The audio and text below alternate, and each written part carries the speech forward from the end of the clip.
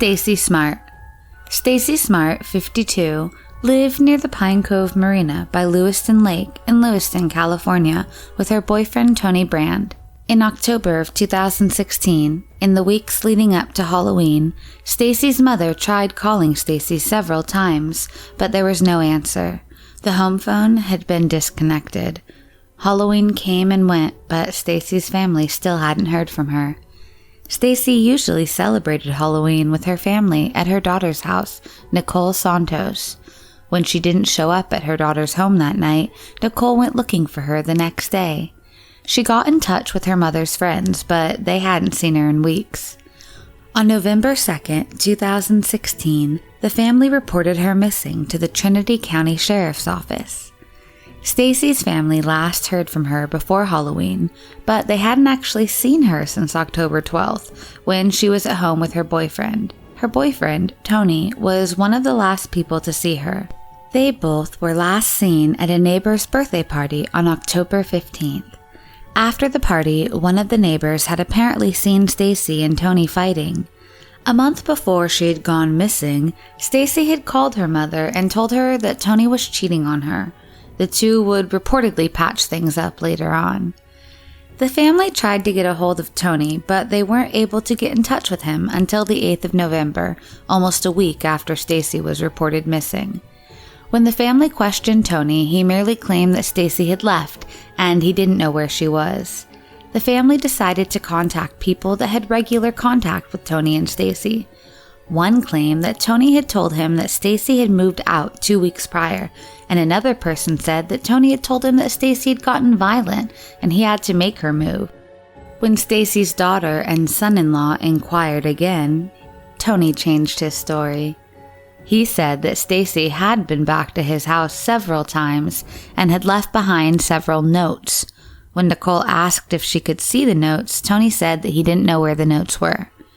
The family also noticed that part of the carpet was missing from the bedroom that Tony and Stacy shared.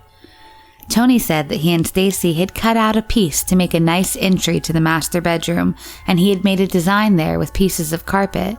The forensic scientists inspected the carpet and confirmed that the carpet had been pieced into a design and didn't find anything suspicious about the carpet. Tony was brought in for questioning by the police, as he was the last person to see Stacy.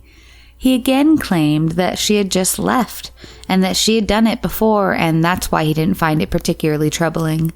Initially, Tony refused to take a polygraph test, but he would later agree to take the test. However, on the day of the test, he didn't show up. He hasn't been asked by the sheriff's office to take a lie detector test since. The police said Tony had been fully cooperative in the case besides the polygraph test. Stacy's bank card was last used on October 16th, the day after she was reportedly seen at that party with Tony. If Stacy did leave, then why hasn't she used her bank card since? There were several reported sightings of her after her disappearance in front of the Weatherville gas station. She was reported to be with an older man in a green SUV. However, none of the sightings have been confirmed. The police searched extensively in and around Tony's property, as well as in the nearby lake, using sonars, cadaver dogs, and a number of volunteers, but they came up empty-handed. Stacy was reported missing on the same day as Sherry Papini, which happened just 45 miles away and was a case that was heavily covered by the media. Police did investigate whether or not the two cases may have been linked. However, the police didn't find any proof that suggested that both were connected. Moreover, even though Stacy was reported missing on November 2nd, the same day as Sherry Papini, she had not actually been seen since October 15th. Sherry Papini would later be found, but Stacy never will be. Police have not ruled out foul play as an option, but no one has been charged in the case. Her family does not think she left voluntarily, as she had 2 daughters. One was only 10 at the time of her disappearance, and she loved spending holidays with them. Stacy remains missing to this day.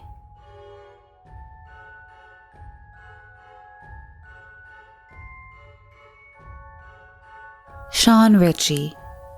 Shaun Ritchie was 20 years old and lived in Fraserburgh, Scotland. On Halloween night of 2014, Shaun went to a party in Greenburn, Scotland.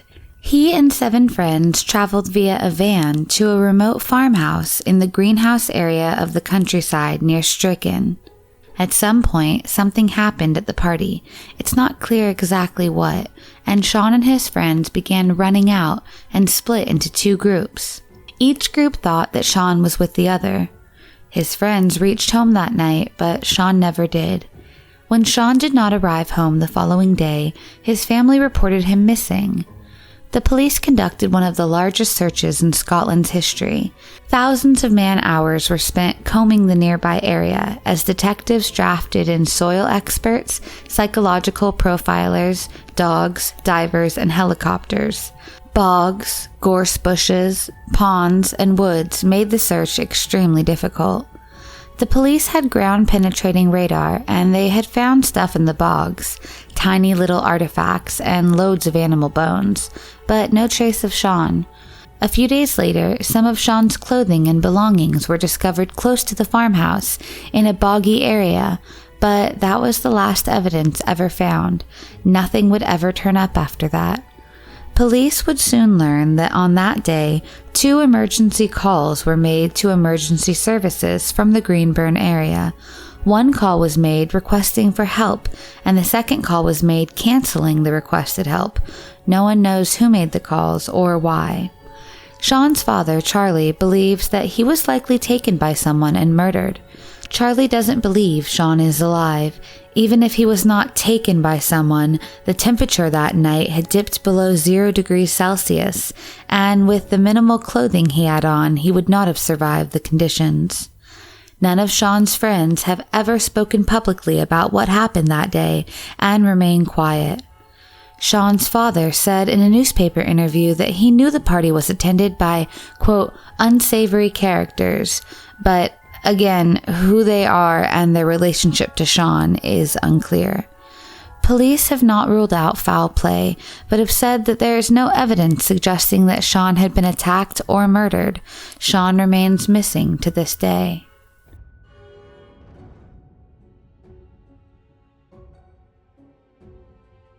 Josh Rubin. Josh Rubin was 30 years old, from Providence, Rhode Island, and had moved to Brooklyn in 2010. He borrowed some money from his parents to open a coffee shop in the Ditmas Park neighborhood of Brooklyn. In September of 2011, he opened up the coffee shop, the Whisk Bakery Cafe. His shop became an instant hit when it opened. On Halloween of 2011, Josh was last seen outside his apartment at 100 Lawrence Avenue at around 9 p.m. When Josh didn't arrive at his apartment the next day, his roommates contacted his parents. When they hadn't heard or seen him and none of his friends had had any contact with him, he was reported missing. Friends and family mounted a massive search and posted signs on storefronts and in subways and started the Find Josh Rubin Facebook page. The family hired a private investigator and offered a $5,000 reward for any information about Josh, but to no avail. At this point, speculation started surfacing that Josh had vanished of his own accord. He was reportedly in a lot of debt from opening the Whisk Cafe and had recently been diagnosed with bipolar disorder. Witnesses reported they had seen him pacing in front of his shop in the days before his disappearance and acting generally nervous in the hours before he vanished. Meanwhile, on November 1st, the day after Josh had gone missing, a road crew worker came across the smoldering remains of a man in a rural area of Pennsylvania. The man had been shot, his body was burned beyond recognition, and there were no fingerprints to be examined. The only thing investigators knew was that the man had worn eyeglasses. Unable to identify the body using fingerprints, local officials distributed an artist rendering of what the man might have looked like, but to no avail. Then, on November 28th, the authorities in Pennsylvania got a tip that the unidentified body found smoldering amid the debris was of Josh Rubin. They called the police in New York, seeking dental records, but the city police did not have them, so the Pennsylvania authorities obtained records from Mr. Rubin's family in Massachusetts.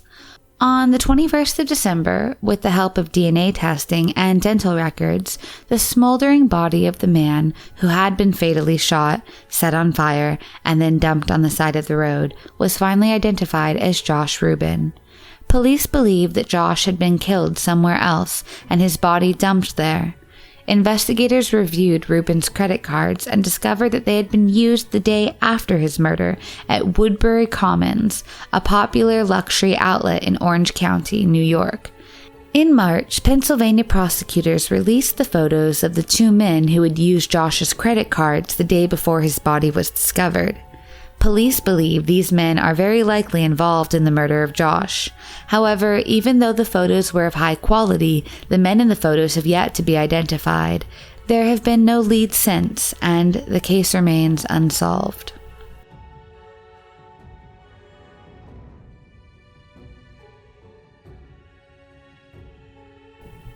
James Adamski.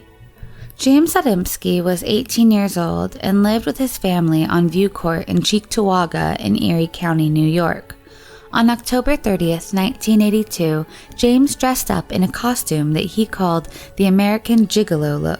James left late that night to attend a Halloween party at a bar on Transit Road in Depew, New York. Before he left, James kissed his younger brother Andy on the forehead and told him, "Have a good time trick-or-treating, kid." This would be the last time Andy would see his brother alive. James went to one of those pay one price, drink all night parties.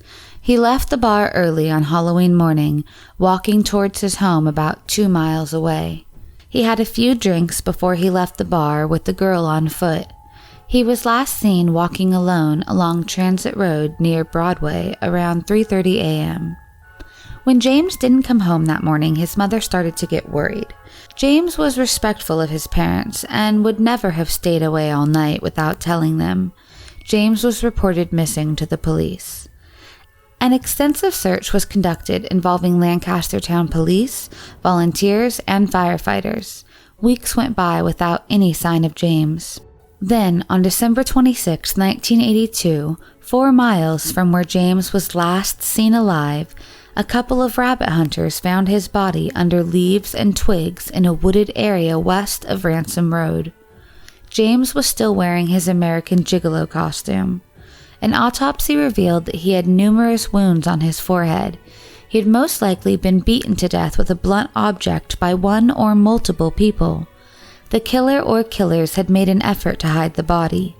Police believe that James was likely picked up in a car by someone in his inebriated state from the place he was last seen and then driven 4 miles to where his body was found. No one knows whether he was invited in the car by someone he knew or whether he was forced into the car. James's friends, family, former girlfriends, and the people who were at the party on the night he disappeared were questioned, but no suspects have emerged. He had no known enemies, according to his family. Police did learn that on that night, everyone at the party had quite a bit to drink, and at some point, James got into an argument at the bar. However, police didn't find any information that would have led to violence later in the night. The bar that James went to is now closed. His clothes were sent for DNA analysis, but nothing came out of it, and the case remains unsolved. Walker County Jane Doe. On November 1st, 1980, around 9:20 a.m., a young lady between the ages of 14 and 20 was found lying down, unclothed by a trucker passing by along the Interstate 45 North, 2 miles north of Huntsville and about half a mile south of FM 1696 exit. An autopsy was performed, and it was found that she had died approximately 6 hours before her body had been discovered. The attack that had happened was brutal. She had been sexually assaulted with a blunt object, beaten and strangled to death. It is noted that there were severe bruises on her body and that her lips and right eyelid were swollen. She had a bite mark on her left shoulder, but there was no bodily fluids found on the body. Several people came forward claiming to have seen a girl matching her description on the day before the body was found. One witness claimed to have seen her at the South End Gulf Station at around 6:30 p.m. on October 31st, asking for directions to the Ellis prison unit. At this location, she had exited a blue 1973 or 1974 model Chevrolet Caprice with a light-colored top, which had been driven by a white male. They claimed that the girl looked disheveled, like she had been traveling or had slept in her clothes.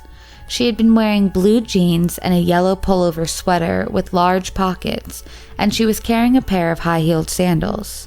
She left the gas station on foot and walked north along Sam Houston Avenue, more than likely trying to hitchhike.